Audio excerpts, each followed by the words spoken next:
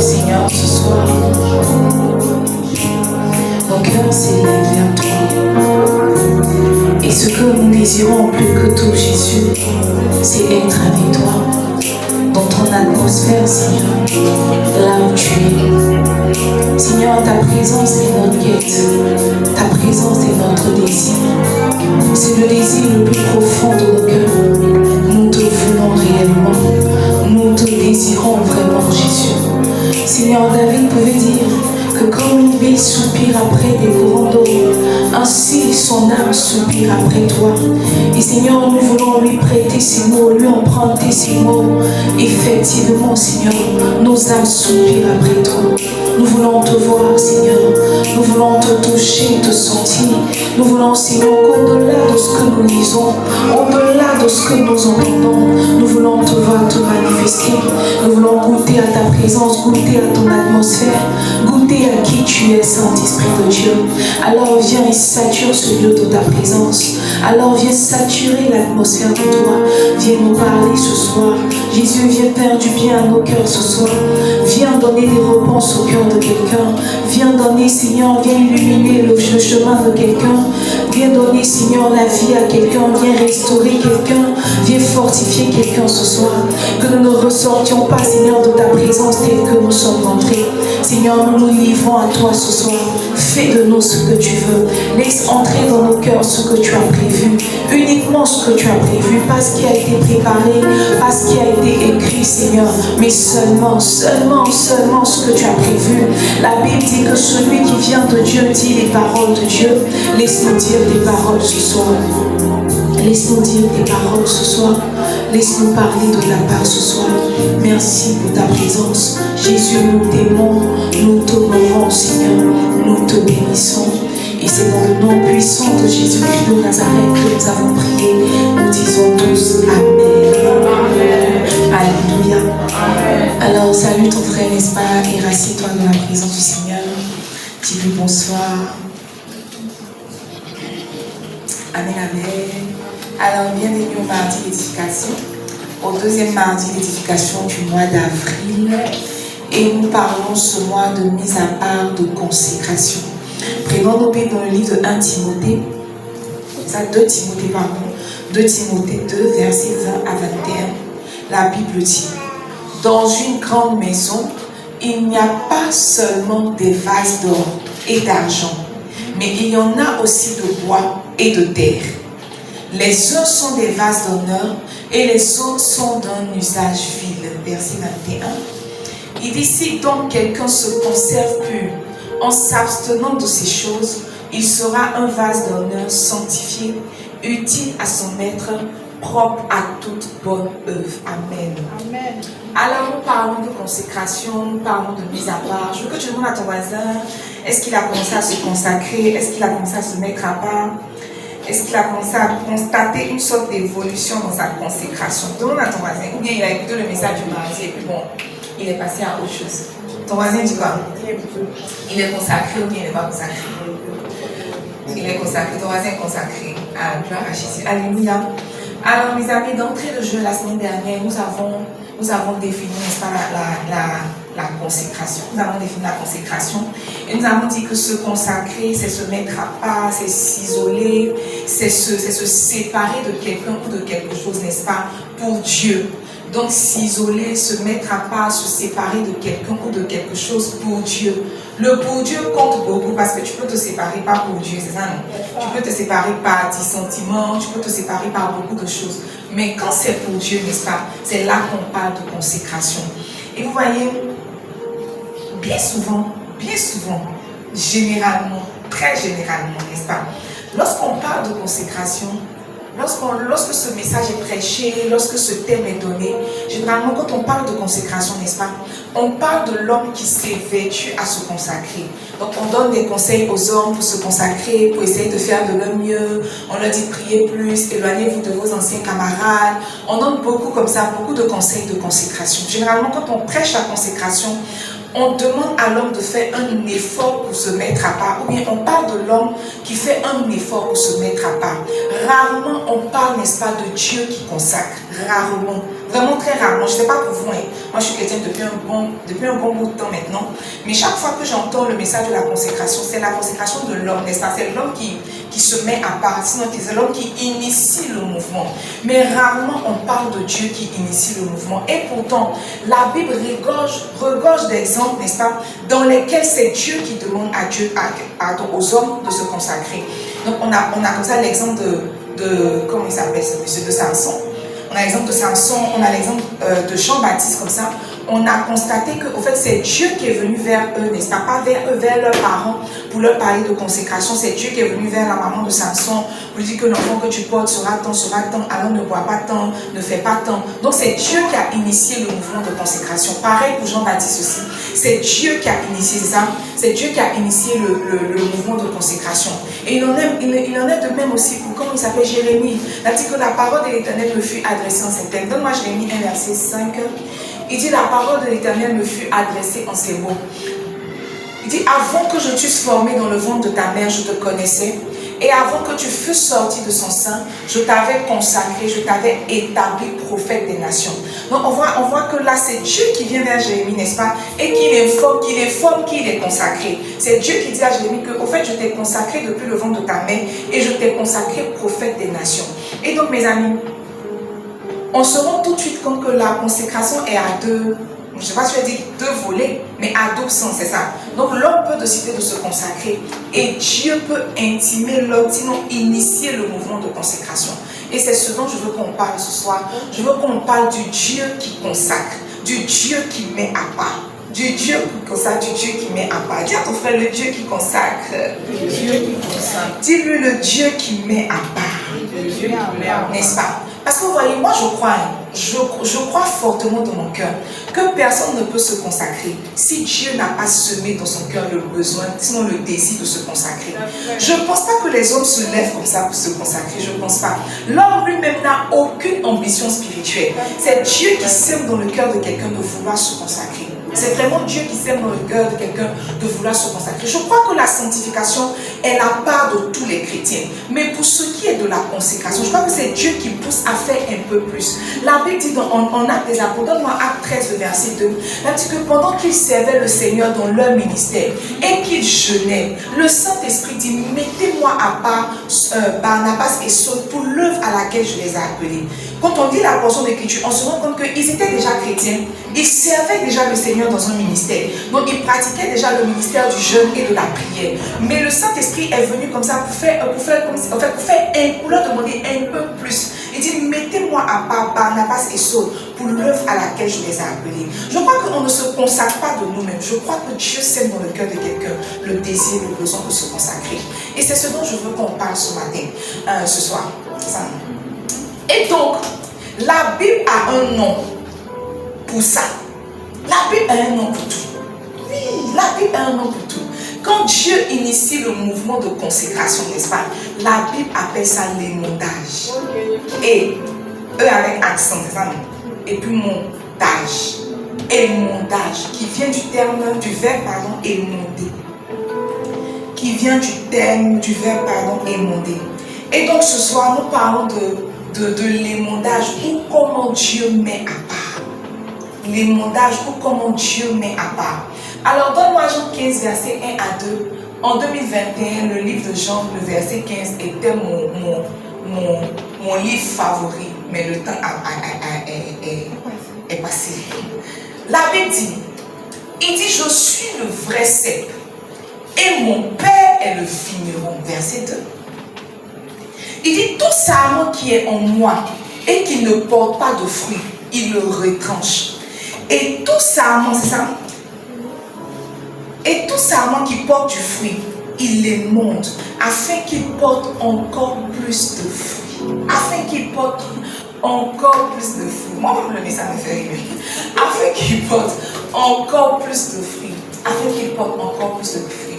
Alors, notez que l'émondage est un principe agricole. L'émondage est un principe agricole. notre Dieu a la réputation d'être un Dieu qui parle par les métaphores et tout. Donc l'émondage est un principe, c'est un principe, n'est-ce pas, utilisé en agriculture. Vous voyez, lorsque l'agriculteur veut réparer, veut donner une nouvelle forme à un arbre, lorsque l'agriculteur veut tirer beaucoup plus de fruits et de fleurs d'un arbre, lorsque l'agriculteur comment je vais dire ça en français? J'ai ça dans ma tête. Comment je vais dire ça en français? Voilà, lorsqu'il veut stimuler la croissance d'un arbre, le principe veut que, tu vois, il parte vers l'arbre, il regarde certaines branches, n'est-ce pas? Et puis il est, disons ça comme ça en français, il est taille. C'est ça, non? Il est taillade, il est taille, il est taillade. Il est taille, coupé. Tout le monde est brisé, rien brisé. Vous avez connu le côté taillé, oh brisé. Ah, Jéhovah. Donc, notons que l'émondage est un principe, n'est-ce pas, qui est utilisé en agriculture. Donc, lorsque l'agriculteur veut stimuler la croissance, lorsqu'il veut améliorer la production, lorsqu'il veut éviter les maladies ou même donner une certaine forme à l'arbre, il procède à une taille, donc taille c'est tailler, à une taille sélective de certaines branches. Donc si tu veux une définition simple, n'est-ce pas, de l'émondage, émonder, n'est-ce pas, c'est enlever ce qui est inutile, superflu et encombrant pour faire croître. Donc émonder, c'est enlever ce qui est inutile, superflu et encombrant pour faire croître. Enlever ce qui est inutile, superflu et encombrant pour faire croître. Maintenant, tu vois, redonne-moi ma portion d'écriture. C'est Jésus qui parle. Il parlait à ses disciples. Il dit, je suis le vrai cep. Jésus, en se présentant comme le vrai cep, n'est-ce pas, se présentait comme un arbre. Il dit, je suis le vrai cep. Et mon Père est le vigneron. Donc Jésus est l'arbre, Dieu est l'agriculteur, c'est ça? Dans le verset 2. Il dit, tout sarment qui est en moi, donc le sarment c'est la branche. Tout sarment qui est en moi qui ne porte pas de fruits, il le retranche. Et tout sarment qui porte du fruit, il les monte afin qu'il porte beaucoup plus de fruits. Donc on présente un tableau. Jésus est l'arbre. Nous sommes les branches de l'arbre, c'est ça? Et Dieu maintenant est l'agriculteur qui fait le travail d'émondage. C'est lui qui taillade, c'est lui qui coupe. Souvent quand tu te sens coupé, tu penses que c'est Jésus. C'est pas Jésus, c'est le Père. Le Père en train de tailler. Il dit que c'est l'agriculteur. Donc Dieu est l'agriculteur. Nous sommes les branches, n'est-ce pas? Et Jésus est le sarment. Donc si on veut ramener la définition de l'émondage à nous, on va dire que émonder, c'est le processus par lequel Dieu enlève, taille ce qui pour lui, ça c'est écrit en rouge, ce qui pour lui semble inutile, encombrant et superflu dans l'accomplissement de notre destinée prophétique. Je ne sais pas si vous me faites comprendre. Donc si on ramène la définition de l'émondage à nous, on dirait que l'émondage c'est le processus par lequel Dieu taille, c'est ça non? Dieu nous sépare de tout ce qu'il considère comme inutile, superflu et encombrant dans l'accomplissement de notre destinée prophétique. Je veux que tu demandes à ton voisin, est-ce qu'il y a quelque chose d'encombrant sur ton chemin? Jéhovah.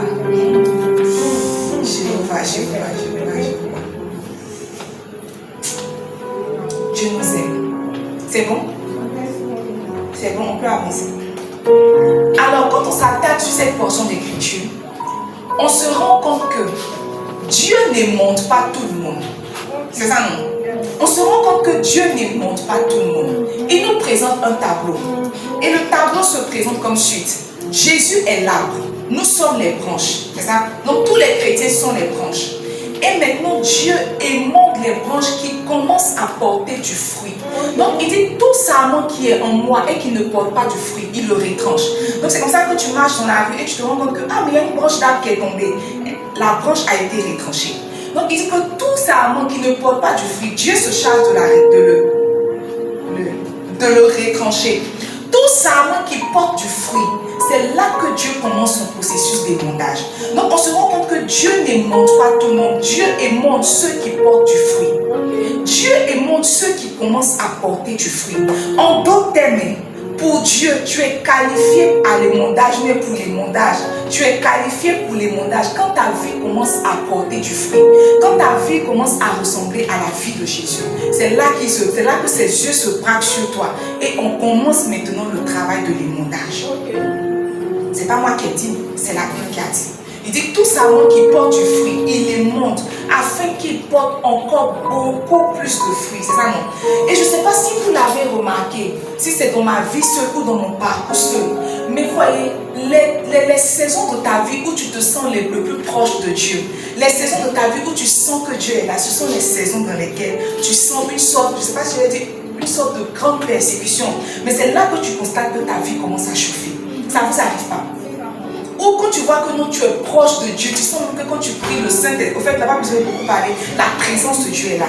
Et tu vas faire le parallèle, tu vas te rendre compte que c'est dans ces moments-là même que c'est là même que tous tes défis commencent, c'est ça, non? C'est là que tous tes défis commencent. Moi, je ne sais pas pour toi, mais moi, c'est vraiment une vérité absolue, totalement absolue. Les saisons où tu sens beaucoup la présence de Dieu, c'est les saisons dans lesquelles tu vas voir c'est comme si tes défis s'accroissent. Tu vas voir comme s'il y a quelque chose qui ne va pas. Tu pries, tu veux plus de Dieu, tu veux plus de présence de Dieu. Mais c'est dans ta prière de plus de présence de Dieu, tu vois qu'il y a plus d'animosité, il y a plus de tout, il y a plus de Goliath. Et tu ne comprends pas. Tu es dans la saison de la présence de Dieu, mais tu es dans la saison de la non-présence de Dieu.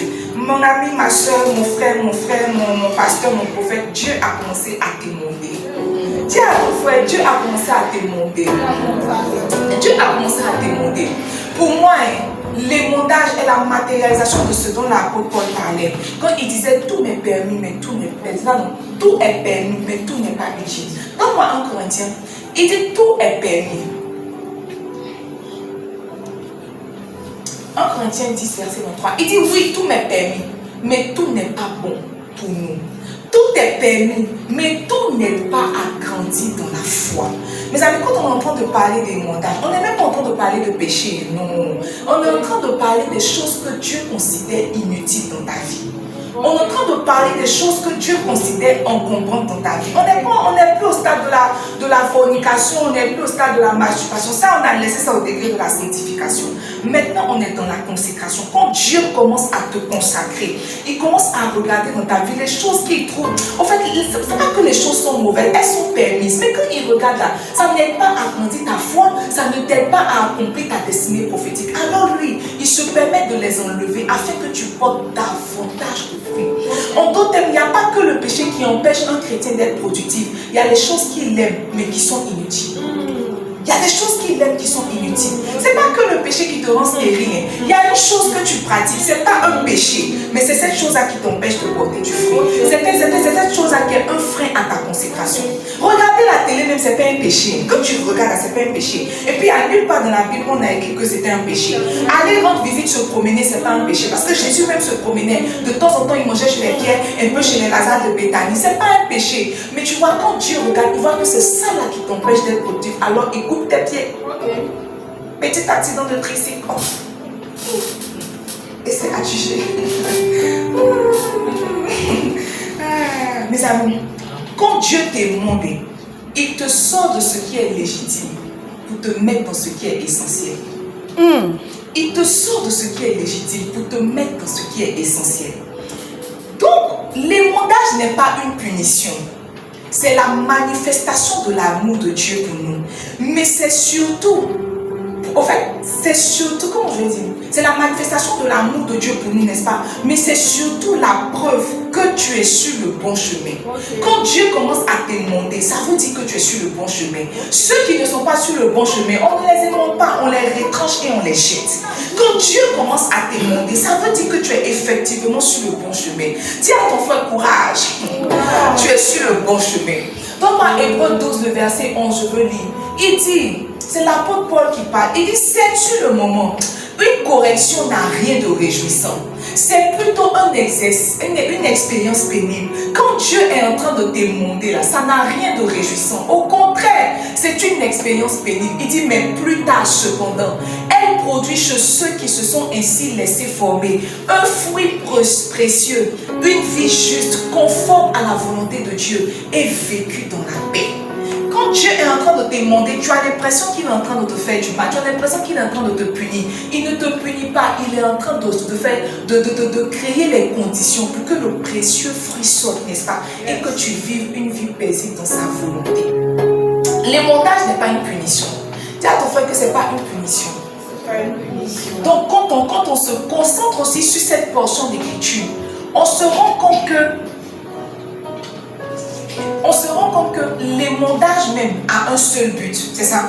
Donc revenez sur notre portion d'écriture, Jean 15, verset 2. Il dit, tout sarment qui est en moi et qui ne porte pas de fruit, il le retranche. Et tout sarment qui porte du fruit, il l'émonde afin qu'il porte encore plus de fruits. Donc l'émondage a un seul but. Quand Dieu te consacre, c'est dans un seul but, que tu portes encore plus de fruits. Que tu sois encore plus productif qu'hier, plus productif qu'avant-hier. Quand Dieu commence son processus d'émondage, c'est dans le but que toi tu sois productif. C'est dans le but que tu portes énormément de fruits, beaucoup de fruits, n'est-ce pas? Alors de quel fruit s'agit-il? Quand Dieu t'émonde, le premier fruit qui s'attend à ce que tu portes, c'est le fruit de l'esprit. Galates 5, verset 22. Tu peux me donner la portion d'écriture? Galates 5, le verset 22. Il dit, mais le fruit de l'esprit, le fruit de l'esprit, c'est l'amour, la paix, la joie. Mais le fruit de l'esprit, c'est l'amour, la joie, la paix, la patience, la bonté, la bénignité, la douceur, la tempérance. Quand Dieu est en train de t'émonder, son objectif derrière l'émondage, c'est que tu commences à produire le fruit de l'esprit. Et le fruit de l'esprit, c'est ce que la Bible a cité en Galates 5, le verset 22. Le fruit de l'esprit, c'est l'amour. Donc quand Dieu te voit, Dieu voit que tu es connecté à Jésus. Et que de ta vie, il peut tirer quelque chose de bon. Il se rapproche de toi. Et quand il se rapproche de toi, il voit que ton cœur manque de beaucoup d'amour. Il dit, tiens, on va émonder le côté amour là.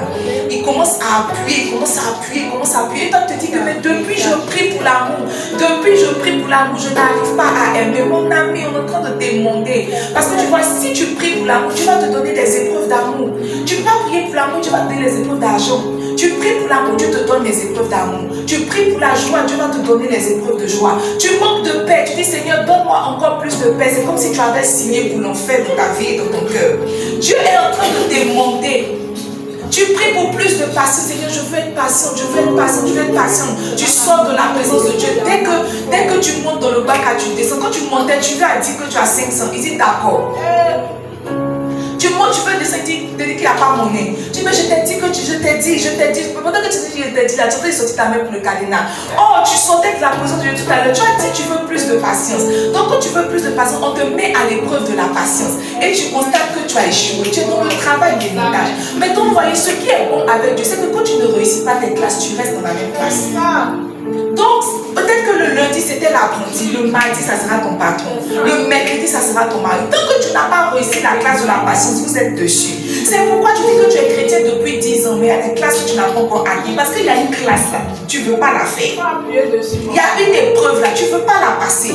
Tu veux passer, tu veux dire que non, tu as passé l'examen, tu n'as pas eu le BPC, mais tu as été orienté. Dieu ne fait pas comme ça. Tu n'as pas eu le BPC, tu reprends la classe. C'est pas qu'il y a continué à passer en candidat libre. Il n'y a pas quelqu'un qui passe en candidat libre. Tu n'as pas eu, tu reprends. Tu n'as pas eu, tu reprends. C'est comme ça ton voisin qui est assis à côté de toi. Ça fait 15 ans qu'il fait le BPC. 15 ans qu'il fait le BPC. Il ne réussit pas. Il ne réussit pas. Moi, depuis on m'appelle maman. Depuis qu'on m'appelle maman, je fais dire qu'elle est ma fille. Elle n'a jamais eu 10. Jamais. Ma fille est partie à l'examen, elle a étudié de mon dicté. Moi, j'ai pris ma voiture, je suis partie à l'école pour demander au médecin, on l'a montré. Je suis partie, je dis que si on l'a montré, il faut me dire, il ne faut pas y aller danser. Puis on met là, je vais pleurer. Il dit non, on ne l'a pas montré. J'ai dit, je ne crois pas. Il dit, je ne crois pas. Et puis bon, monsieur, c'est venu qu'il a prié, peut-être 10. Mais jusqu'à présent, j'ai de grands doutes. Mes amis, il y a une épreuve, si tu ne l'as pas réussi, tu seras dans la même classe. Dieu s'attend à ce que tu portes beaucoup plus de fruits. Alors il travaille. Le premier fruit qui s'attend que tu portes, n'est-ce pas? C'est le fruit de l'esprit. Regarde les manifestations du fruit de l'esprit. Les 9 manifestations. Regarde. Il y a des classes que tu n'as pas encore réussi dedans. Tu n'aimes pas assez. Peut-être que tu aimes, mais ton amour n'est pas large. Ton amour n'est pas long. Ton amour n'est pas profond. Tu aimes à la superficie. Tu aimes quand tout t'arrange. Mais dès que quelque chose te dérange, toi tu te retractes. Tu n'aimes pas. Tu n'es pas profondément joyeux. Tu as des temps de joie. Mais tu n'es pas profondément joyeux. Ta joie dépend de peut-être si tu as l'argent, si tu es dans de bonnes conditions. Mais tu ne te lèves pas le matin comme ça juste parce que tu es en vie et que tu es en joie. Non, tu n'es pas profondément en paix. Un petit problème de loyer net, toi tu prends 2 heures de prière pour ça. 2 heures de prière pour un loyer. 2 heures de prière. Et tu commences, tu as dit que je vous laisse ma paix. Que je vous laisse ma paix. Tu sais, il y a des prières que tu fais qui montrent que toi tu manques de paix. Tu manques de paix. Pour un loyer, tu as prié 2 heures. Pour la paix. Seigneur, donne-moi la paix. Je suis tourmentée. Le propriétaire m'appelle. Donne-moi ta paix. Tu as dit que tu nous laisses ta paix. Regarde. Tu manques profondément de paix.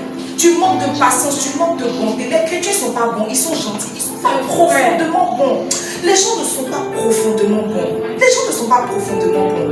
La bénignité. Tu n'es pas béni. En fait, les choses qui se passent là, toi, tu ne les vois pas à petite échelle. Tu ne les vois pas. Quand toi, tu expliques là, mais tu expliques là, si on n'était pas là, on allait croire qu'on a cassé ton bras. Or, on t'a juste effleuré. Tu n'es pas béni, tu n'es pas fidèle. Tu n'es pas fidèle dans les petites choses. Laissons même ta fidélité à l'église. Toi, si tu as fait le programme avec ton Saint-Esprit, tu as dit que tu as fait ma. Laissons même avec fidélité. Parce que fidélité à l'église, tu n'es pas dedans. Reste dans ta fidélité à le Saint-Esprit. Toi, si tu as fait le programme, tu as dit cette année-là, chaque mois, j'irai en retraite. Cette année-là, voilà ce que j'ai fait. Voilà ce que j'ai fait. Tu as fait ton plan. On est en avril. On a fini le premier trimestre. Quand tu fais le bilan là, tu n'es ni allé en retraite, tu n'as même pas encore lu 3 livres de la Bible, tu ne médites pas, tu ne pries pas, tu n'as jamais acheté un livre à la librairie pour lire. Mais pourtant, dans tes résolutions de 2026, quand tu rentrais, tu dansais, tu as porté un marron là. Tu n'es pas fidèle. Tu as dit à Dieu, chaque jour à telle heure, je serai là. Mais tu n'es pas là. Mais tu vas voir, en fait, pour toi là, ce sont des petits manquements, pour toi, ce sont des petits comportements. Mais pour Dieu là, ça compte. Pour Dieu, ça compte. Donc tu vois, quand il veut t'émonder là, c'est les choses comme ça qu'il travaille. La douceur, tu n'es pas de tu es violent. Violent dans tes mots. Moi, je suis ici avec vous, je vous connais. Quand vous parlez, même comment vous répondez. Vous êtes violent. Vous êtes violent dans la bouche, vous êtes violent dans le comportement. Ton propre frère, tu le regardes de haut, tu le soulèves pour le bas, tu le déposes ici. Vous êtes violent. Que dire de la violence physique? Les gens se battent ici pour Jules. Les gens se battent ici pour fidèles. C'est grave.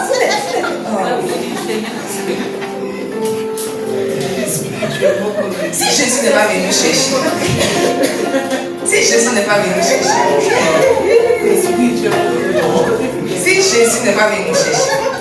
Jésus même souvent il est au ciel, il regarde ses enfants.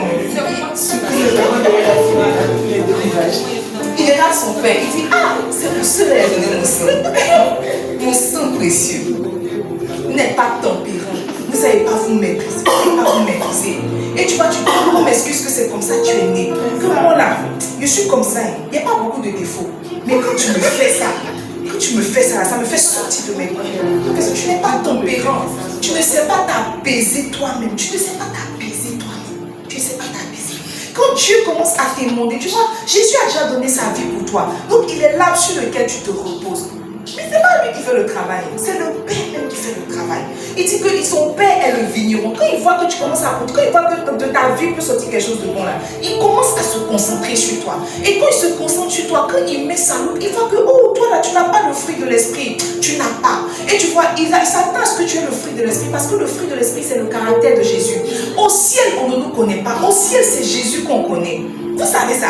Toi qui pries que Dieu de mon alliance, toi tu n'as pas d'alliance, toi tu n'es personne au ciel là, c'est Jésus. Avant, les Israéliens priaient au nom du Père Abraham, c'est pas ça. C'est Abraham qui était leur référence. Maintenant, c'est Jésus qui est notre référence. Là, dit que Jésus est assis à la croix du Père et il intercède pour nous. Quand tu demandes pardon pour tes péchés, là, ce n'est pas ta voix qu'on entend, c'est le sang de l'agneau qu'on entend.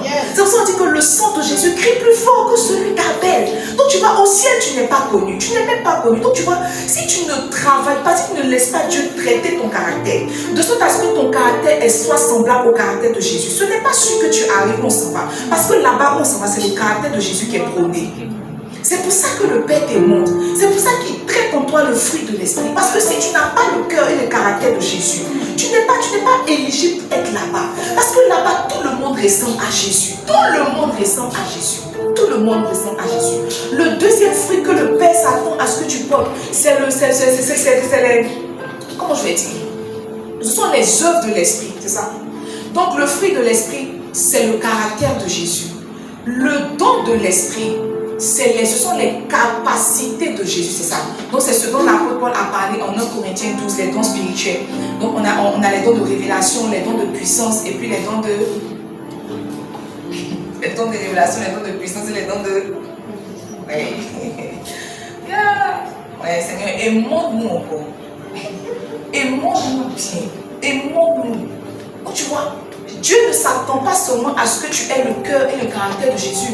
Il s'attend à ce que tu aies aussi les capacités de Jésus. Parce que Jésus n'était pas que caractère, Jésus était aussi capacité. Jésus n'a pas guéri les malades avec l'amour, il a guéri les malades avec le don de guérison. Donc tu vois, tu peux ressembler, tu peux avoir le cœur et le caractère de Jésus. Si tu n'as pas les capacités de Jésus, tu ne ressembles pas entièrement à Jésus. Or, le but, c'est que tu ressembles entièrement à Jésus. Mes amis, il n'y a pas un arbre qui est arbre, et puis il n'y a pas un arbre qui est mangué, et puis ses branches sont orangées. Il n'y a pas. Donc, quand l'arbre est mangué, les branches qui poussent là, ce sont les branches qui sont aussi manguées. Donc, tu ne peux pas être sur Jésus qui est le cep, et puis toi produire un autre fruit que Jésus. C'est pas possible. C'est pas possible. Donc Dieu te montre de sorte à ce que tu portes le fruit de l'esprit. Mais il te montre de sorte à ce que tu portes les capacités, c'est ça, donc les dons de l'esprit. Et le dernier fruit qui s'attend à ce que tu portes, c'est que le fruit, bon, c'est pas un fruit comme la Bible l'a dit, mais c'est que ta vie ait un certain impact. C'est que ta vie ait un certain impact. Donc tu vois, l'impact sur les vies. Donc la mission de Jésus. Jésus est venu, c'était pour impacter nos vies. Donc si ce n'était pas pour impacter, il aurait pu venir mourir à la croix directement. On n'a pas dit un sang d'adulte de 30 ans, on a dit le sang de Jésus. Donc Jésus de 12 ans, c'est le même sang. Jésus de 30 ans, c'est le même sang. Mais il a tenu à faire toutes ces années-là sur la terre pour nous montrer que sa vie a eu un certain impact. Donc quand Dieu te montre, c'est pour que ta vie aussi ait un certain impact. Si tu n'as pas ces trois choses-là, tu n'es pas éligible pour aller où on s'en va. Le fruit, les capacités et l'impact. Le fruit, les capacités et l'impact. Quand Dieu te montre, c'est pour ces choses-là. C'est ça, non? C'est pour ces choses-là. Donc, l'émondage a pour but simplement de te faire ressembler à Jésus. Il n'y a pas d'autre but. Quand Dieu te montre, c'est pour que tu ressembles à Jésus. Pleinement et entièrement. Ce n'est pas une partie de Jésus pour que tu ressembles à Jésus totalement. Je vous ai dit, le monde dit que la perfection n'est pas de chez eux. Mais la Bible dit que soyez parfaits comme votre Dieu l'est. Donc pour notre royaume, on s'attend à ce qu'on soit parfait. Comme Jésus est parfait, il était parfait en tout. Parfait en tout. La Bible me dit qu'il est le plus beau des fils de l'homme. Même en beauté, il était parfait.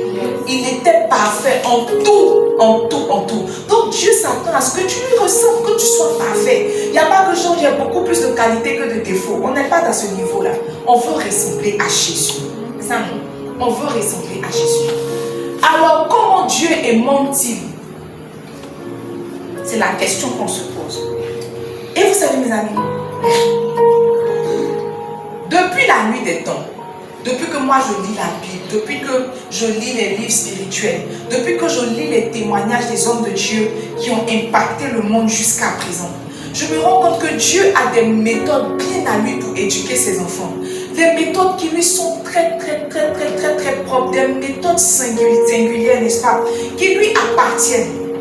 Qui lui appartiennent. On ne peut pas faire un livre pour dire que, comment éduquer les chrétiens. Parce que pour chacun de nous, Dieu a une méthode particulière. C'est ce qui est beau, c'est ce qui est étrange. Là où Dieu va m'éduquer par ton temps, il va t'éduquer par un autre temps. Et Dieu n'est pas, en fait, il ne déçoit jamais quand il est question d'éducation. Jamais. Dieu ne déçoit jamais quand il est question d'éducation. J'étais assise et j'étais en train de penser, je me disais que quand Dieu veut éduquer ses enfants, même Satan s'assoit pour l'acclamer. Parce que tu vois, Satan pense qu'il sait éduquer. Mais quand Dieu prend en charge l'éducation de quelqu'un, même Satan s'assoit et puis il commence à prendre les nôtres. Parce qu'il ne peut pas croire que quelqu'un peut regarder son fils qui est saint, qui est innocent, mourir à la croix. Puis l'enfant va crier, Élie, Élie, lama, pourquoi m'as-tu abandonné? Et puis maintenant le ciel devient noir, comme si on t'a jamais connu. Comme si on t'a jamais connu. Dieu a des méthodes bien à lui pour éduquer ses enfants, bien à lui. Et c'est ce dont je veux qu'on parle ce soir, n'est-ce pas? C'est ce dont je veux qu'on parle dans cette partie. Alors, quand Dieu veut émonder, il passe par deux grandes voies. Par deux grandes voies, pas beaucoup. Ces méthodes sont singulières, pas nombreuses, singulières. Deux grandes voies. La première voie, c'est la parole et le témoignage du Saint-Esprit. Hébreux 4, le verset 12. Il dit, car la parole de Dieu est vivante et efficace, plus tranchante qu'une épée quelconque à deux tranchants, pénétrant jusqu'à partager âme et esprit, jointure et moelle, elle juge les sentiments et les pensées du cœur. La parole de Dieu est vivante et efficace. Tu sais, j'ai fini par comprendre que quelqu'un qui a été en contact avec la parole, qui n'a pas été transformé, ce n'est pas ta poursuite qui a été transformée. Le prophète Aristote a fait un texte la semaine dernière. Il dit, prends soin d'une brebis, ce n'est pas la forcer. Il a cité ce que ce n'est pas. Parce que puis dans le texte, il disait que tant qu'une brebis n'est pas encore à Jésus, si la parole de Dieu qui est vivante, efficace, plus tranchante qu'une épée quelconque à deux tranchants, si la parole de Dieu qui peut pénétrer et puis partager âme et esprit, jointure et moelle, si la parole de Dieu qui juge les sentiments et les pensées du cœur n'a pas pu transformer quelqu'un, ce n'est pas ta petite parole des bergers là, elle dit que viens ici puis va être transformé. Peut-être que vous ne le savez pas, mais il n'y a rien d'aussi puissant que la parole de Dieu. Les gens sont beaucoup dans la démonstration. Quand on dit que t'es quitté, puis la personne tombe, les gens pensent que c'est ce qu'on appelle la puissance. Oui, c'est une manifestation de puissance, mais il n'y a pas une chose plus puissante que la parole de Dieu. Là, on dit que tout ce qui a été fait par elle. Donc tout ce qui subsiste actuellement là, a été fait seulement par une seule parole. Que la terre soit, que la lumière fût, que c'est une parole qui soutient toutes ces choses. Ce n'est pas un temps de puissance, ce n'est pas un temps de parole de connaissance, c'est une seule parole qui soutient. Parce que tu vois, toi tu aimes beaucoup les manifestations de l'esprit et peu tes temps de méditation. Tu aimes beaucoup l'onction, mais tu n'aimes pas la Bible parce que tu ne sais pas que la transformation vient de la parole de Dieu. Tu n'as pas conscience que c'est la parole de Dieu qui transforme. Je n'ai jamais vu quelqu'un sur qui on a prié qui a été transformé. Moi ici, chrétienne depuis longtemps, j'ai vu des gens, on a chassé des esprits, on a chassé les démons. Reviens les trouver, les mêmes esprits sont revenus 2 fois plus forts. Et la personne n'a pas changé de iota. Mais laisse quelqu'un au contact de la parole. Peut-être que ça se fait lentement, mais reviens, tu vas voir, comme la verge là, que la personne a fleuri. Vous n'avez pas idée de ce que la parole de Dieu peut faire. Mes amis, quand Dieu veut émonder un homme, il le met en contact avec la parole. Moi, je ne sais pas pour vous, mais chaque fois que je me suis sentie jugée dans mon esprit, dans mon âme et dans mes pensées, ça a été parce que j'étais au contact de la parole. Soit je méditais, soit j'ai écouté un message, soit j'étais en train d'écouter et puis une parole qui est sortie, je me suis rendu compte que, oh, mais c'est que ce que je fais, c'est mauvais. Et j'ai commencé à redresser mes voix. Peut-être que je me rappelle, il y a quelques mois de cela, j'étais en train de lire, je crois que c'était Corinthiens.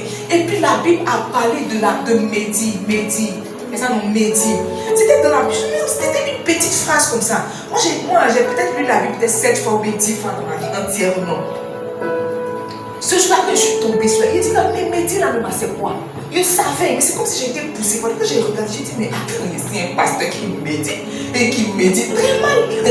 Et puis tu vois, quand j'ai commencé à chercher sur Google là, j'ai entendu la voix de l'esprit me dire, ta bouche que tu prends pour prêcher là, c'est la même bouche que tu prends pour méditer. C'est la raison pour laquelle tes paroles n'auront pas de puissance si tu n'arrêtes pas. Si tu n'arrêtes pas. Mes amis, je me suis sentie jugée. J'ai commencé à me repentir. J'ai commencé à demander l'aide du Saint-Esprit. Aide-moi. Peut-être que je ne le faisais pas sciemment, je ne savais pas. Aide-moi, aide-moi, aide-moi, aide-moi. C'est au contact de la parole de Dieu. La parole de Dieu juge les sentiments et les pensées du cœur. Tu sais, souvent là, tu peux avoir une affaire avec quelqu'un et puis tu vas penser que tu as raison. Et puis sur toute la ligne, quand tu expliques aux gens, les gens te disent que tu as raison. Mais va dans la présence de Dieu, ouvre ta Bible, mais écoute un message. Quand tu vas entendre, tu vas te rendre compte que Dieu, je n'ai pas raison, je n'ai même pas raison. Et tu vas reconsidérer tes voix. Tu vas reconsidérer. C'est pourquoi David a dit quoi? Ta parole est une lampe à mes pieds, une lumière sur mon sentier. Aujourd'hui, c'est hier, je suis en train de méditer un Samuel. Et puis la Bible dit que Saül était couché. Saül était couché. Tout le camp était endormi. Même son chef de guerre, Abner, il était endormi. Et puis Saül avait son épée à côté de lui. Et donc, David et ses gens sont venus. Et puis le gars a dit que, ah, mais David, Dieu nous a livré Saül. Et puis David a dit que non. Un coin ne va pas tomber par nous. Et puis il a déchiré son vêtement. Et la Bible, je ne sais pas si c'est ça, je crois que c'est ça. Et la Bible dit que quand David a attrapé le vêtement de Saül, c'est comme si son cœur a commencé à palpiter. Son cœur a commencé à battre. Dieu ne lui a pas parlé. Dieu ne lui a pas parlé. Son cœur a commencé à battre. Il a dit non, que non, je ne vais pas porter atteinte à la vie de l'homme. Et puis il l'a laissé. Donc tu vois, on se rend compte que quand David dit que ta parole est une lampe à mes pieds, une lumière sur mon sentier, il ne marchait pas pour marcher. David n'avait pas les victoires pour avoir la vie des victoires. C'est la parole de Dieu qu'il entendait. La Bible dit que quand ils sont venus prendre son camp, quand ils étaient partis s'installer chez les fils, qu'ils sont venus prendre son camp et que le peuple menaçait de le lapider, David a demandé à Dieu, est-ce que je dois partir là-dedans? Est-ce que tu vas me donner la victoire? Donc il ne battait pas pour partir. On dit qu'il n'a perdu aucune bataille. Mais on se rend compte que les batailles qu'il n'a pas perdues, c'est parce qu'il entendait une parole. Une parole. Quand Dieu veut t'émonder là, il te met au contact de la parole. Moi, je ne crois pas en un chrétien qui ne lit pas sa Bible et te dit la vérité. C'est pour ça que la plupart des questions que je te demande, c'est quoi? La dernière fois que tu médites quoi? La dernière fois que tu as médité, c'est quoi? Parce que tu vois, si tu n'es pas en contact avec la parole, ce que moi je te dis là, ça ne peut rien te faire. Okay. Je suis en contact avec toi mardi et puis dimanche. Vendredi, on ne fait que prier. Qu'est-ce que moi je peux te dire qui va changer ta vie? 1 heure de prédication dans une vie, ça fait comme si au maximum dans la semaine. 3 heures de prédication dans 24 heures, mais je ne fais pas 7. 3 heures ne peuvent pas influencer ta vie. 3 heures ne peuvent pas. 3 heures ne peuvent pas.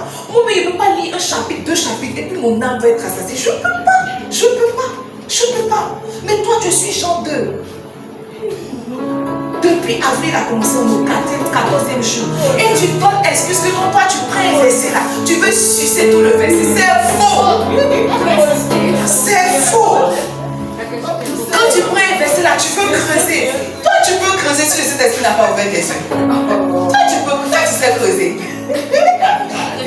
Toi tu peux creuser si Dieu n'a pas ouvert tes yeux. C'est pas le temps qu'on passe une portion d'écriture qui nous donne la révélation. C'est le Saint-Esprit qui donne la révélation. C'est le Saint-Esprit qui donne la révélation. Tu n'es pas en contact avec la Bible, tu ne lis pas. La parole de Dieu, ce n'est pas que la Bible, mais les messages, tu n'écoutes pas les messages. Moi-même, matin que je me réveille, j'écoute au moins dans une journée. Si moi, j'ai rien écouté ces 3 messages, dans une journée, si je n'ai rien écouté, et je n'écoute pas pour prêcher, je n'écoute pas parce qu'avant d'être pasteur, je suis chrétienne. C'est vous qui m'appelez la messe. Nous, au ciel, là, on est enregistrés, nous tous là-bas, comme les enfants de Dieu. Moi, il n'y a pas un jour où je n'écoute pas minimum. Les soirs, dimanche soir, quand on arrive à la première chose que je fais, j'écoute les 3 cultes de mon pasteur. D'abord les 3 cultes. Le lundi matin, j'écoute le message de pasteur Aïe, le message de pasteur Aristote. Et puis si j'ai le temps, le message de pasteur Abel. Ça, c'est pour commencer. Maintenant, mardi, si je parle trop, et mais écoutez forcément le message du pasteur Marcelo. Je regarde tous ceux qui ont fait culte dimanche qui ressemblent à gens qui sont un peu à qui ils ressemblent. Ils m'ont fait regarder leur culte. Quand j'ai pris un peu de culte supplément parole de Dieu, maintenant je mets un livre spirituel dessus. Ce sont ces choses-là qui nous font tenir, qui redressent nos voix, qui nous redressent.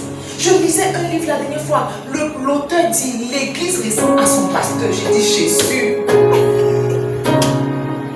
Fait que je suis fidèle. L'église ressemble à son pasteur. Je dis c'est pas possible. Et il a développé. Et j'ai vu que c'est vrai. Je dis oh d'accord, je vais commencer à travailler ça. Mes amis, tu vois ça. Regarde. Et j'ai demandé à mon pasteur comment il fait. Et puis quand les gens viennent là, ils sont concentrés. Parce Parce que quand tu vas à l'église de prière, il n'y a pas les gens qui sont imposés. Quand tu vas mettre les gens sont en train de prier. C'est ça, non? Les gens sont en train de prier. Les pianistes sont en train de jouer. Les gens sont en train de prier. Même quand la gestion de qui est en train de faire son travail, tu ne sens pas. Parce qu'il y a déjà le mouvement de l'esprit. Et il m'a dit que c'est la grâce. C'est faux.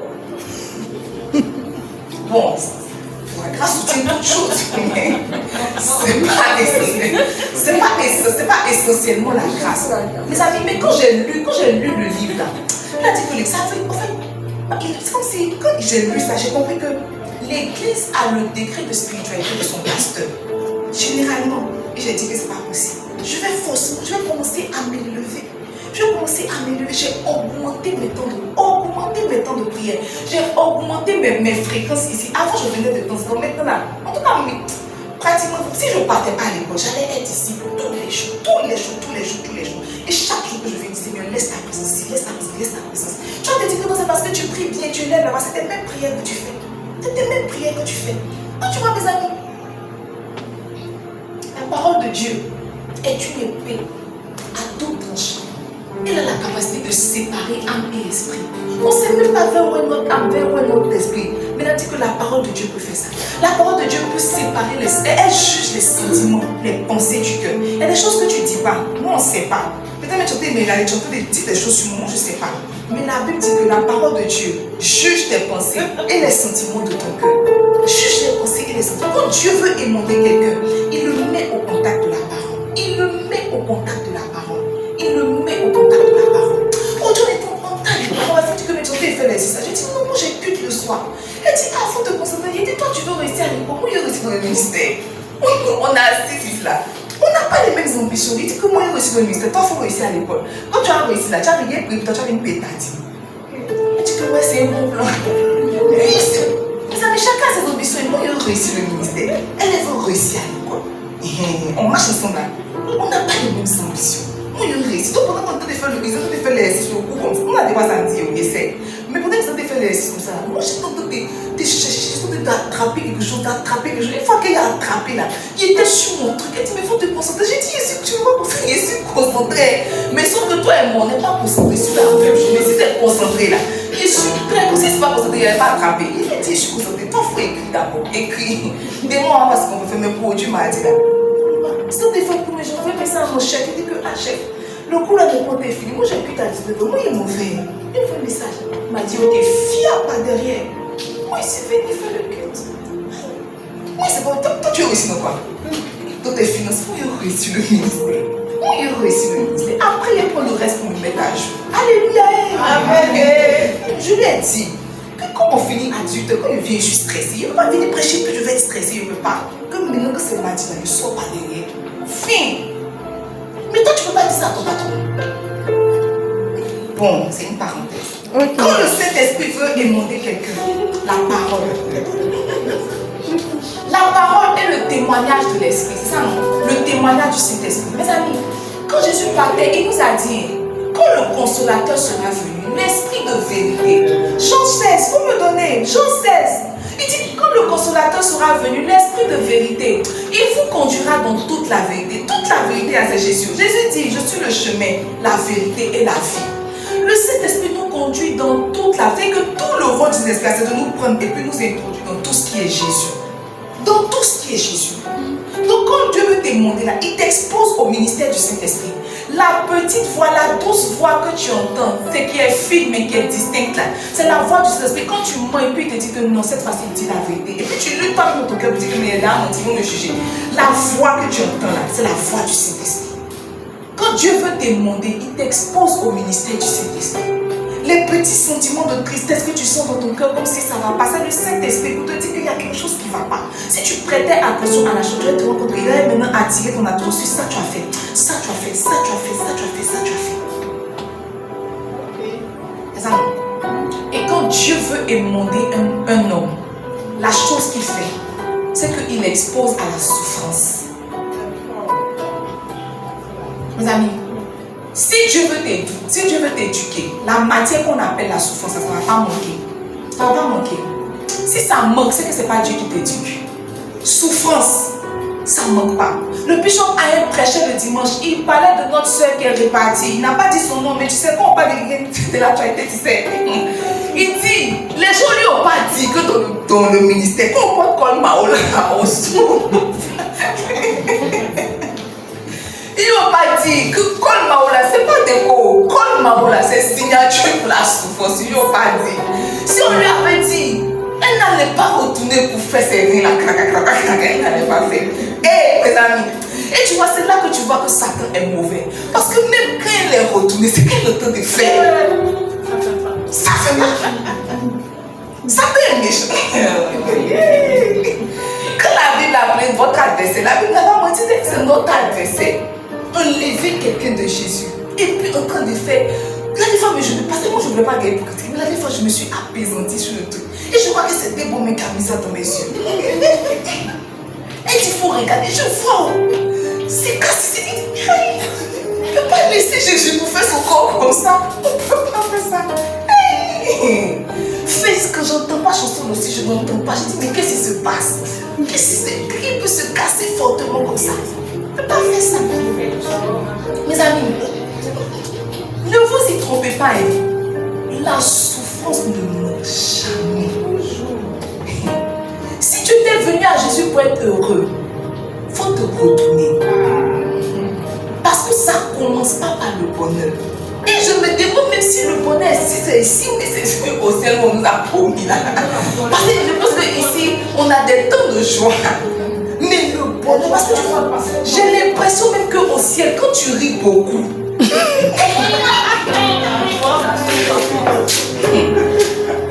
je n'accuse pas le ciel, mais j'ai l'impression qu'au ciel, là, quand tu ris beaucoup, quand tu manges beaucoup, on dit que toi, il faut chier. Quand tu ris beaucoup, on a l'impression que ta vie va bien. Donc, en fait, quand tu ris beaucoup, c'est-à-dire que toi, tu as oublié que tu es de passage. On veut te rappeler que toi, ta patrie est dans les cieux. Mes amis, ne vous y trompez pas. Il n'y a pas la souffrance. La souffrance. Là, dit que Pierre marchait Jésus. Ah non, il s'est arrivé. Il dit, attends, on a tout laissé pour te suivre. On va gagner. Et puis tu dis que tu t'en vas. Et c'est que tu passes tout le temps, il nous a annoncé que tu t'en vas. Mais je vois aussi qu'on est en train de marcher aussi, on n'a rien eu. Il dit, tu vois, il y a une personne qui va pas recevoir des terres. Lisez dans la Bible, Pierre a reçu quelle terre? Paul a reçu quelle terre? Lisez, il a reçu quelle terre? Il dit, vous allez recevoir des frères, des soeurs, mais Paul même a dit, on va se méfier des faux frères. Donc là, on reçoit quoi? Il dit, maintenant, et la vie éternelle.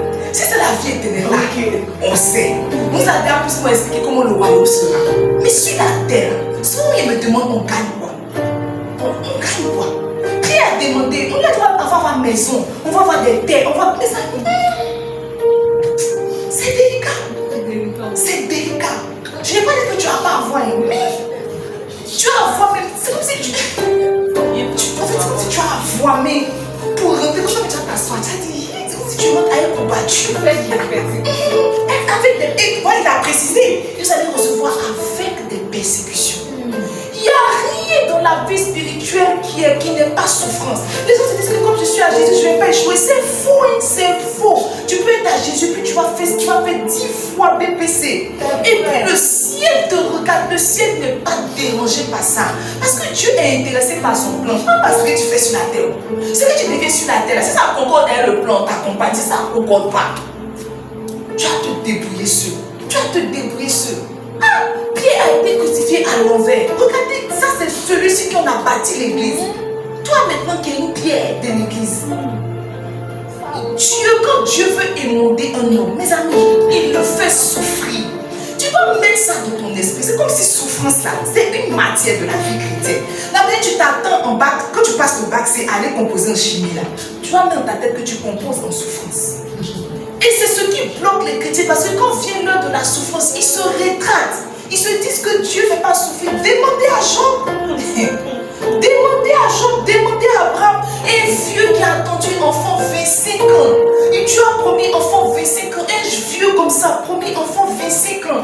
Il a attrapé l'enfant commence à marcher un peu, même il s'en sort, et puis il m'a dit, ah mon fils, d'abord tu lui avais donné semblant où il voulait s'attacher, tu lui as dit, écoute Sarah, libère l'enfant.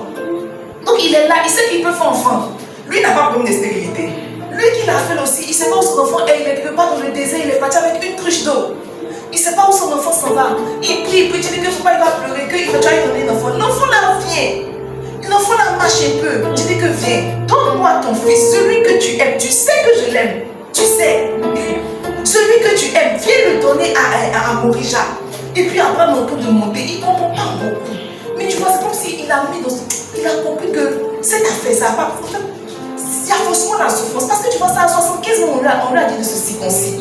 Donc dès lors, il avait compris que cette affaire-là, ça marche avec la souffrance. Il monte, Morija, il monte de monter, il monter. Il veut donner son enfant, il dit, maintenant je sais que tu m'aimes. Quand je me suis circoncis à 75 ans, tu ne savais pas qu'il t'aimait. Tu ne savais pas.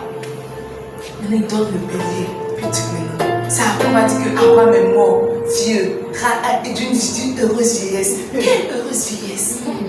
Quelle heureuse. C'est à 100 ans que tu as eu Isaac. Et puis après il a fait quelques enfants, et Toura. Il veut dire, c'est quoi une heureuse vieillesse, c'est quoi? Mes amis, enlevez dans votre esprit que Dieu soutient, mais Dieu fait pleurer. Là, il a dit, la petite dans Job, il fait la plaie et il abonde. Dieu te blesse et puis il fait comme si l'autre te soignait. Il fait comme si l'autre te soignait. Oh, c'est lui qui t'a blessé, c'est lui-même qui t'a blessé. Là, il dit, il fait la plaie et il abonde. Il fait la plaie et puis il abonde. Au lieu de faire du abonder, il ne faut pas nous blesser. Dieu éduque ses enfants par la souffrance. Regarde, si Dieu veut te mettre à part, la méthode cultique qu'il va utiliser, c'est la souffrance. C'est la souffrance. Quand Dieu veut mettre quelqu'un à part, c'est la souffrance. Tu sais, pour envoyer David à Adulama, il a poussé Saül à le poursuivre. Il a poussé Saül à le poursuivre. Il a dit que dans le camp, là, quand David a pris son épée, là, il dit en bas que Dieu a fait tomber un profond sommeil sur Saül. Hey, tu vois, c'est comme si Dieu prend les gens comme ça, il les tourne, et puis te persécute. Après, il tranche le cœur, il les laisse. C'est que nous tous, on est là, Dieu peut jouer nous. Dieu peut jouer nous. Dieu voit que si tu as un peu de patience, alors il a dit à Micha, attaque, je suis trop mal là-bas. Je suis trop mal là-bas.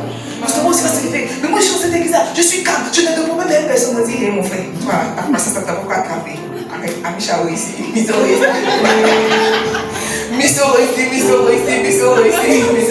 Allez, attaque Amisha. Mes amis, Dieu nous voit. En fait, comment je regarde la Bible, quand je m'étais, je me rends compte que nous tous là, on est des pions. C'est comme si c'est un jeu d'échecs et puis on est des pions. On te prise, on te déplace, on te met là-bas. On te prise, on te déplace, on te met là-bas. On te prise, on te déplace, on te met là-bas. Mes amis, ayez peur de Dieu. Ayez peur de Dieu. Quand vous chantez Dieu de mon alliance, tu n'as pas de Dieu. Non. Dieu de mon alliance.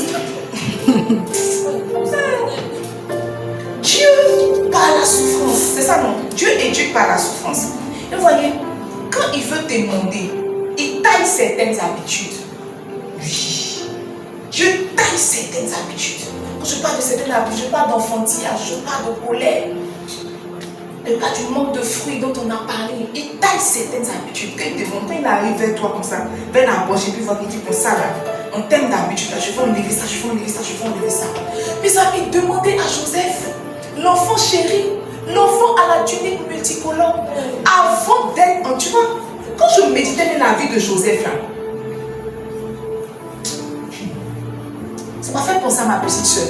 Moi j'ai une petite soeur qui vient pas juste après moi il y a un garçon, après le garçon il y a ma petite soeur. Ma petite soeur là, elle ne foutait rien à la maison. Ma maman a parlé, ma maman l'a frappée. Elle ne voulait pas travailler. Elle voulait, genre elle était bébé. Parce qu'elle avait le nom de ma grand-mère. Et mon papa la prenait comme sa maman. Elle était bébé, elle faisait rien. Mes amis, ma petite soeur est partie au Canada.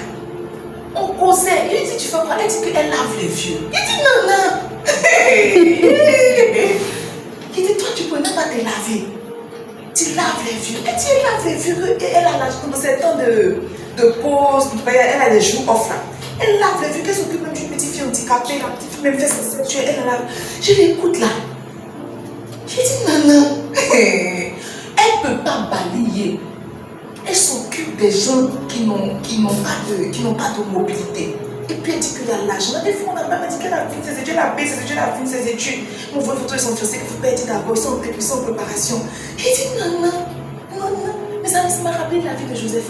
Quand Joseph était auprès de son papa, c'était l'enfant chéri. Parce que Joseph est l'enfant qu'il a eu dans sa vieillesse. Et de la femme qu'il aimait. Donc Joseph n'avait pas le même goût que ses autres fils dans son cœur. La dit qu'il lui a fait une tunique multicolore. Et Joseph ne faisait rien. La dit que c'est lui qui rapportait le comportement de ses frères à son papa. C'est arrivé en Égypte. On a vu que lui là, il savait travailler jusqu'à faire prospérer la maison de Potiphar. C'est en Égypte qu'on a vu tout le potentiel de Joseph. Sinon, quand il était auprès de son papa là, il était l'enfant gâté. Il était l'enfant pourri. Tu sais, quand Dieu veut démonter, il y a certaines habitudes qu'il enlève. Il y a certaines habitudes qu'il enlève. Les enfantillages, les petits comportements, tout ça. Quand Dieu regarde là, il taille sa fière, il taille sa fière, il taille sa fière. Quand Dieu veut émonder un homme, il le sépare. Mes amis, faut dire à ton frère, il le sépare. Il le sépare les relations, que ce soit amicales, familiales, professionnelles. Dieu est maître dans ça. Séparer. Vous n'avez pas idée de combien de fois Dieu sépare. Vous n'avez pas idée. Souvent tu penses même que, et c'est parce que, tu veux expliquer, même ça n'explique pas. Mais Dieu vous a séparé. Dieu vous a coupé, Dieu vous a taillé. Dieu vous a coupé, Dieu vous a taillé. Une relation peut être légitime. Et puis Dieu trouve que ça ne va pas avec son plan. Ça empiète dans son plan. Il enlève la relation. Il y a des liens, quand tu regardes, les liens sont sains. Mais ça dérange Dieu. Il n'a pas de mal à couper. On a lu dans 1 Corinthiens, dans 1 Corinthiens 13, le verset, c'est 2 noms. Il dit, mettez-moi à part, Saul et Barnabas, pour l'œuvre à laquelle je les ai appelés. Quand Dieu, ils étaient plusieurs en train de faire le service, en train de faire le ministère. C'est le Saint-Esprit lui-même qui est venu dire que Saul et puis Barnabas, mettez-les à part. Donne-nous 1 Corinthiens 13, verset 2. C'est ça, non? Elle, pardon, Acte 13, verset 2. Elle s'est chercher. C'est ça, il n'y a pas eu de la parole là. Elle cherchait. Acte 13, verset 2. Il dit, pendant qu'ils servaient le Seigneur dans leur ministère, c'est le Saint-Esprit même qui a dit, mettez-moi à part Barnabas et Saul pour l'œuvre à laquelle je les ai appelés. C'est Dieu qui les a, c'est Dieu qui a formé leur duo là. C'est Dieu qui a formé. C'est pas qu'ils se sont sentis genre, ils ont senti une affinité puis ils ont commencé à servir. C'est le Saint-Esprit même qui a dit que les deux là n'ont pas commencé à servir ensemble. C'est ça non? N'ont pas commencé à servir ensemble. Comme moi, Acte 15, pardon, verset 35, pas loin même. Deux chapitres sont pas loin même, 2 chapitres sont Acte 15, vous donnez. La Bible dit que Paul et Barnabas demeuraient à Antioche, enseignant et annonçant avec plusieurs la bonne nouvelle de la parole du Seigneur. Verset 36. Quelques jours s'écoulèrent, après lesquels Paul dit à Barnabas, retournons visiter les frères dans toutes les villes où nous avons annoncé la parole du Seigneur, pour voir en quel état ils sont. Attendez sur cette parole, vous voyez. Ne vous méprenez pas. Quand Dieu les a appelés là, il a dit, mettez-moi à part Saul et Barnabas. Saul là, il est devenu Paul. Barnabas est resté Barnabas. Okay. Dans le verset 37. Barnabas voulait emmener Jean, surnommé Marc. Mais Paul jugea plus convenable de ne pas prendre avec eux celui qui les avait quittés depuis la Pamphylie et qui ne les avait point accompagnés dans leur œuvre. Verset 39. Ce dissentiment fut assez vif pour être cause qu'ils se séparaient l'un de l'autre. Et Barnabas, prenant Marc avec lui, s'embarqua pour l'île de Chypre. Paul fit choix de Silas et partit recommandé par les frères à la grâce du Seigneur. Mes amis, excusez-moi. 2 personnes que le Saint-Esprit a dit, nous n'avons pas servir Dieu ensemble. Barnabas dit que non, on n'a qu'à prendre Marc. Paul dit que non, on n'a qu'à le laisser. Ça quelque part là dans le cœur. Il a dit que ce dissentiment fut vif. C'est-à-dire que le palabre était tellement fort, violent, qu'ils se sont séparés. Barnabas est parti à gauche. Paul a pris Silas, ils sont partis. Mes amis, c'est comme ça que leur séparation a été. Mes amis, maintenant je vais vous dire quelque chose, tu vois. Quand tu es en relation avec quelqu'un, que ce soit amoureuse, amicale, professionnelle, quand tu es en train d'évoluer, assure-toi que l'autre évolue. Parce que si vous n'êtes pas en train d'évoluer ensemble, il y aura séparation. Saul est devenu Paul. Il est en train de rentrer maintenant dans la destinée prophétique que Dieu l'avait prédestiné. Il est en train de marcher sur ses voies. Il partait. Barnabas est resté Barnabas. Arrivé un moment, ça n'arrangeait pas Dieu. Je crois que Paul n'allait pas avoir l'impact qu'il a eu s'il avait Barnabas à ses côtés. Je crois. C'est comme si Barnabas allait être un poids, un frein. Parce qu'un ami, un frère, un époux, une femme qui n'est pas en train de s'élever spirituellement, tu ne te rends pas compte, mais c'est un poids sur ton dos. C'est un poids sur ton dos. Il y a des combats que Dieu s'attend qu'on fasse à deux. Quand il voit que ton ami n'est pas en train de voler, t'as comme un tomate. Il crée une certaine séparation parce que tu vois, par-dessus toute chose, Dieu priorise son plan. Dieu ne priorise pas les hommes, mais Dieu priorise son plan. Son plan. Séparation. Dieu a émondé fier. L'apôtre Paul est parti, il a eu du succès dans son ministère. Rick John nous a dit qu'au ciel, c'est lui qui a le trône de trône. Barnabas, c'est où? Mes amis, Dieu sépare. Je crois que Dieu sépare. À part le divorce sur lequel Dieu s'est explicitement prononcé, il a dit il aime. À part ça, toutes les séparations, Dieu fait. Dieu est le divorce, il s'est prononcé dessus. Mais amitié. Souvent même Dieu peut voir une amitié. Il n'y a rien de mauvais dans l'amitié. Puis il voit que cette amitié-là, ça empêche l'autre d'éclore. Fier, il sépare. Mes amis, toi tu penses que toi tu es moi, il était une fille à un moment. Toi tu connais mon fille à un moment. Tu as connu fille à papa, non? Moi, il était une fille à un moment. Moi, quand il était à maman, quand on s'est marié là, elle habite en haut, il habite en bas. Moi, il était une fille à un moment. Demandez à tous ceux qui ont été une fille à un moment. Puis ma maman, elle a eu à 19 ans. Donc quand tu vois ma maman, tu me vois. C'est parce qu'elle a fait peut-être 5 maternités. Bon, elle est un peu plus. Elle a plus de pistolet que moi. Mais si tu vois ma maman, tu m'as vu. Mes amis, de toute façon, moi, il était attaché à ma maman là. Moi, il peut jamais être pasteur. Ma maman, on lui a donné abouti même. Ta femme m'a appelé venir pour les yeux d'abouti. Tu joues.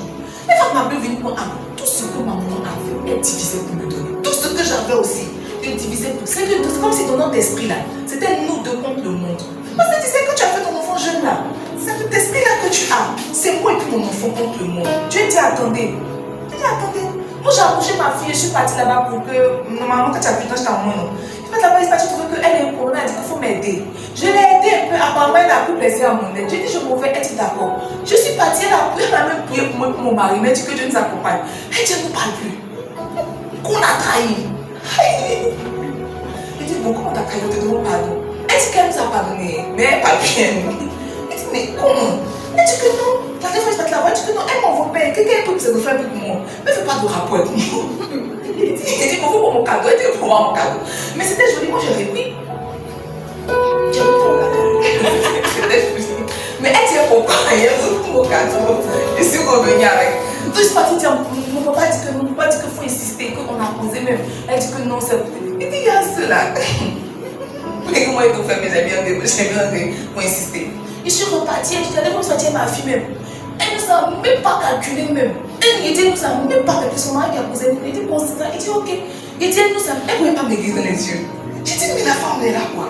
Mes amis, je crois que c'est Dieu. Mes amis, c'est mon maman. Il n'allait pas être pasteur. Ah, tu posais dire tes parents. Tu n'aimes pas tes parents. Non. Dieu crée la séparation. Et tu vois, on ne voit même que c'est Dieu. Parce qu'il n'y a pas de, tu vois, il n'y a pas de fondement. Il n'y a pas de raison. Il n'y a pas. Est-ce que ce petit sentiment fut assez vif? Je vais prendre Marc. Non, Marc ne vient pas. C'est quel vif ce petit sentiment, ça me fait dans le cœur. Mais tu vois, Dieu se sert toujours d'un prétexte pour séparer. Donc tu vois, quand si tu veux insister dans ça, si tu veux insister dans ça, tu as laissé ta main. Paul avait compris que peut-être que c'était fini. Les relations ne sont pas faites pour être éternelles. Je crois aux relations qui tuent. Je crois aussi qu'il y a des relations qui sont ponctuelles, saisonnières. Je crois qu'il y a des relations ponctuelles, saisonnières. Que c'est le temps, il ne faut pas forcer. Rentre dans la présence de Dieu pour demander ça, c'est quoi. Si Dieu ne donne pas de moi, ça passe à autre chose. Passe à autre chose. Parce que là, ce n'est pas que la relation est mauvaise, mais ça entrave le plan de Dieu. Dieu sépare, mes amis. Pourquoi est-ce que Ismaël qui habite dans la maison de Sarah, pourquoi est-ce que ça empêche Isaac d'hériter? La preuve, la petite, que quand Ismaël est parti, il a prospéré. C'est Ismaël et Isaac qui se sont associés pour enterrer Abraham. Donc, normalement, les enfants pouvaient grandir ensemble. Mais quand Abraham a dit que je ne veux pas que l'enfant parte, il a dit écoute Sarah, il faut écouter Sarah. Dieu est le Dieu de la séparation. S'il peut séparer un père de son fils, Lui-même, il s'est séparé de son fils. Lui-même, il n'a pas hésité à se séparer de son fils. Pour que son plan aboutisse, ce n'est pas toi qui vas laisser coller. C'est pas toi qui vas laisser coller. C'est pas toi qui vas laisser coller. C'est pas toi. C'est pas toi. Moi, je ne sais pas si mon mari peut témoigner. Mais les jours où on ne se parle pas là, il prie beaucoup. Il n'a personne qui causait. Il est là, il n'a qu'à témoigner. Il est là, il ne peut pas causer un mot. Chez moi, il ne parle pas. Il veut pas, il a dit quoi, elle peignait. Il a dit quoi, il est dans la chambre. Je prie pourtant, j'ai prié pourtant, j'ai prié pourtant. Mais quand il parle, mon cœur, il dit, hey, ma femme, tu vois. Tout souvent, quand Dieu veut le pousser de la prière, soulève mes sentiments, c'est séparation. Séparation. Mais on se sépare, on divorce pas aussi. C'est-à-dire que souvent, là, souvent, il croit que c'est pas ça. Souvent, il croit que c'est Dieu. Souvent, quand on se parle là, il jeûne. Il prend les choses, il est spirituel. Vous amusez Dieu. Dieu tire toutes les situations à son avantage. Toutes les situations à son avantage. Toutes les situations. Et quand Dieu veut émonder quelqu'un, la dernière chose, n'est-ce pas, dans la souffrance, c'est qu'il lui enlève ses appuis. Les hommes ont beaucoup d'appui. Oh, les hommes ont beaucoup d'appui. Beaucoup d'appui. Beaucoup d'appui. Tu sais, il dit que je suis le vrai cep. Redonne notre truc de base, Jean 15. Verset 1, il dit je suis le vrai cep. Ça veut dire qu'il y a d'autres ceps, mais ce ne sont pas de vrais ceps. Il dit je suis le vrai cep. C'est la première portion de l'écriture. Jean 15, verset 1. Je suis le vrai cep. C'est moi le vrai cep. C'est sur moi que vous devez vous approcher. C'est à moi que vous devez vous emboîter. Toute autre chose sur laquelle tu t'emboîtes qui n'est pas Jésus, c'est un problème pour Jésus. Si ton argent est ton appui, c'est un problème pour Jésus. Si ton mari, ta femme est ton appui, c'est un problème pour Jésus. Dieu enlève tout ce qui est sec, qui n'est pas Jésus. Demandez à Jacob, il était très mobile. Quand ils sont venus les monter, il a perdu une hanche. Ils lui ont enlevé son appui. Demandez à Job, mes amis. Job dit, quand Dieu a fini de les monter, Jacob a perdu une hanche, Job a perdu des enfants, il a perdu ses biens, il a perdu ses amis. En Job 42, combien de versets plus tard, il dit que mon oreille a entendu parler de toi, mais maintenant mon œil t'a vu. En fait, tout ce que je savais de toi, c'était que j'avais entendu. C'est maintenant le Dieu. Ça veut dire que tant que Dieu t'a pas encore émondé là, tu l'as pas encore vu. Arrête de dire mon Dieu, tu n'as pas encore de Dieu. Laisse Dieu t'émonder et puis Dieu va prendre le nom de ton émondage là. Il dit mon oreille a entendu. C'est que tout ce qu'il faisait. Quand on parle, tu vois, le Job qui parle là, c'est celui dont Dieu s'est prévalu. En Job 1. C'est de lui que Dieu parlait à Satan. As-tu vu mon serviteur Job? Il n'y a personne qui est aussi intègre sur la terre. Il n'y a personne. Il a dit que Job sanctifiait ses enfants. Il faisait des sacrifices. Il était un bon chrétien. Donc comme il était un bon chrétien, Dieu a vu qu'il commençait à porter beaucoup de fruits. Il dit d'accord, je vais me rapprocher maintenant pour les émonder. On l'a émondé. On a pris ses enfants, on a pris ses biens. Il n'était pas trop ébranlé. Mais tu vois, Dieu a toujours une puissance de plus. Il dit non, nu je suis venu sur la terre, nu je vais repartir. On dit très bien. Un peu du sel. Un peu du sel, mais ne le tuez pas. Et sa femme, même premier montage, elle a abandonné. Il a dit maudit Dieu meurt. Elle s'est découragée. Maudit Dieu meurt. Mes amis, Dieu a poussé le bouchon. Il a donné l'autorisation à Satan. Touche, ne faut pas le tuer. On rentre au jour, on rentre ici. Job n'a même pas fait 42 chapitres, quoi. Jusqu'à 42, quand Dieu l'a restauré, il dit que ouais, tu sais émonder, tu sais émonder. Mon oreille a entendu parler de toi, mais maintenant mon œil t'a vu. Dans émondage, j'ai perdu enfant, j'ai perdu bien, j'ai perdu ami, j'ai perdu ma santé. Regarde comment tu m'as. En fait, je me rends compte que c'était pour purifier vraiment mon cœur, c'était vraiment pour me mettre à part. Maintenant mon œil t'a vu, il a dit que Dieu a restauré Job. Au double, Dieu l'a restauré. Dieu n'émonde pas pour punir, Dieu émonde pour sortir ce qu'il y a de meilleur. Il émonde pour enlever tout ce qui était superficiel. Ça veut dire que tout ce que Job avait là, c'était superficiel. C'est maintenant ce qu'il a eu la seconde gloire. C'était ça maintenant que Dieu attendait de lui. Si tu es quelqu'un qui commence à porter du fruit, ta prochaine étape, c'est l'émondage. Dieu va certainement t'émonder. Dans ça, un travail peut passer. Une relation peut passer. Peu importe comment ça va se passer, laisse Dieu continuer son processus. C'est ça, non? Laisse Dieu continuer son processus. Alors, avant de prier, je vais te laisser avec 3 questions auxquelles tu devras répondre chez toi, n'est-ce pas? Et ces réponses vont te permettre toi-même d'y voir plus clair et de laisser Dieu vraiment faire son travail d'émontage.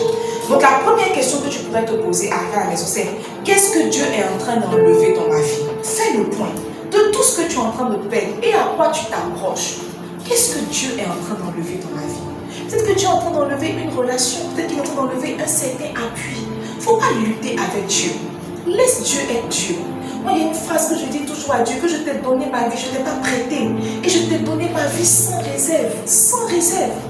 Laisse Dieu être Dieu, n'est-ce pas? Qu'est-ce que Dieu est en train d'enlever dans ta vie? La deuxième question que tu peux te poser, c'est est-ce que je résiste ou est-ce que je résiste, ou est-ce que je fais confiance? La Bible dit dans toutes ces choses, Job ne pécha point. Job ne pécha point. Il a dit à sa femme, on reçoit de Dieu le bon. Permettons qu'on reçoive aussi de Dieu le mal. Dieu peut faire que ton entreprise tombe pour un temps. On ne reçoit pas que de Dieu le bien, on reçoit aussi de Dieu le mal. Qu'est-ce que c'est ça? Donc, qu'est-ce que je dis? Est-ce que je résiste ou est-ce que je fais confiance? Et la dernière question que tu peux te poser, c'est quel fruit Dieu veut-il produire en moi? Quel fruit Dieu veut-il produire en moi? Quel fruit Dieu veut-il produire en moi? Il est en train de me demander 7. Mais qu'est-ce qu'il est en train de tirer cette saison? Parce que l'émondage se fait par saison. Cette saison, qu'est-ce que Dieu veut tirer de cet émondage? Qu'est-ce que Dieu veut tirer? Alors à la maison, tu te poses ces 3 questions, n'est-ce pas? Et tu prends ces réponses-là comme sujet de prière toute la semaine. Il faut laisser Dieu être Dieu. Il faut laisser Dieu être Dieu. Moi, je crois qu'un jour comme ça, ma maman m'appelle Marina, viens. Et puis c'est fini. Et puis tu vas pas se souvenir que ça fait peut-être 5 ans qu'on se parle pas. Dieu est très bien. Le temps qu'on se rencontre, il y a déjà des choses qui sont déjà préétablies. Ce soir, on va prier, n'est-ce pas? Tout ce qu'on veut dire à Dieu, c'est que si tu as commencé ton processus d'émondage, Seigneur, je prie que je ne sois pas un frein, que je ne sois pas un obstacle. Je veux me laisser émonder. Et si tu n'as pas encore commencé ton processus, ça veut dire que tu ne vois pas en moi, n'est-ce pas, le fruit. Alors laisse-moi porter du fruit. Fais-moi grâce. Est-ce que quelqu'un peut prier ce soir? Seigneur, merci pour ta grâce. Merci pour la parole à laquelle tu nous as exposé ce soir. Seigneur, tu nous as parlé des montages, le processus par lequel, Seigneur, tu rends plus productif, le processus par lequel tu mets un homme à part et que tu commences à travailler dans sa vie, tu commences à travailler dans sa destinée prophétique. Seigneur, je veux prier pour mon frère, je veux prier pour ma soeur qui est déjà peut-être dans le processus, que tu le fortifies, que tu le soutiennes. Seigneur, que tu l'aides, ce n'est pas facile. Il est émondé, ça fait mal, Seigneur. C'est quand même quelque chose que tu tailles, c'est une relation que tu enlèves, c'est quelqu'un que tu fais souffrir, c'est un appui que tu ôtes. C'est pas évident, ça fait mal, Seigneur.